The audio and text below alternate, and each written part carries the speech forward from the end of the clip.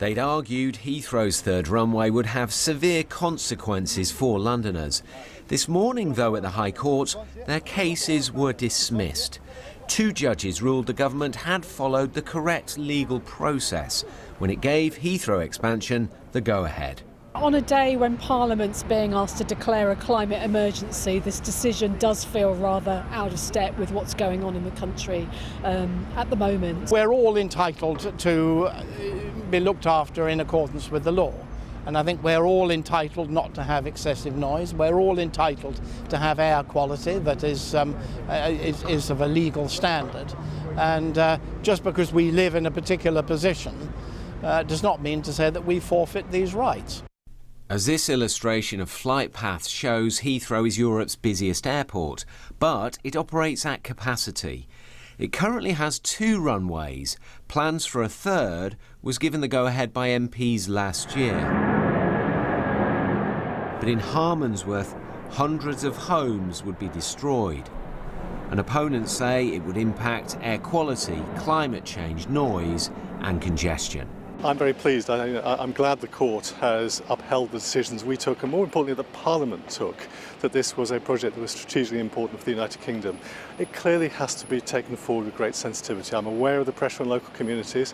I'm aware on the environmental challenges. So of course this has to be handled sensitively, but I'm very glad that the court has looked at the work we've done and said, yes, we did do this exhaustively. I think a third runway at Heathrow is absolutely vital to safeguard and enhance our links with the rest of the world.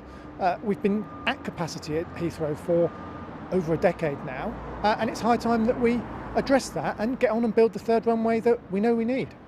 Campaigners, though, say this is just the beginning in their fight against expansion. They remain determined to stop the third runway. And Tom's in Harmondsworth, one of the villages affected. Tom, you've been getting reaction.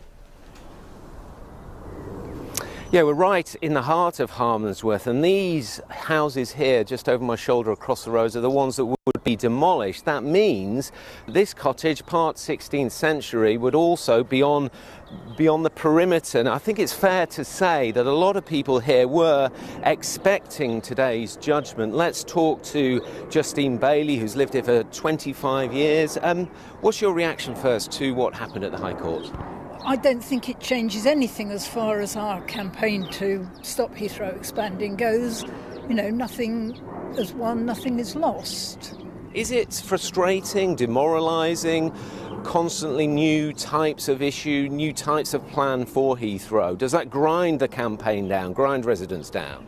I think we're very determined to see off this proposal. But yes, I mean, the longer it goes on, this isn't the first campaign that I've been involved with, but I hope it's the last one. Do you think your chances are getting better the longer it goes on? Obviously, things like climate change are getting more of a profile now. Oh, very much so, and I mean, I think the next stages, the development consent order and so on, will show the holes in Heathrow's argument and show how they've been pulling the wool over people's eyes and being somewhat economical with the truth, and I hope that will be the end of their plans. They deny that, of course. What do you say to Chris Grayling, who says that campaigners shouldn't be getting in the way of vital infrastructure that's important for the UK economy? What do you say to that?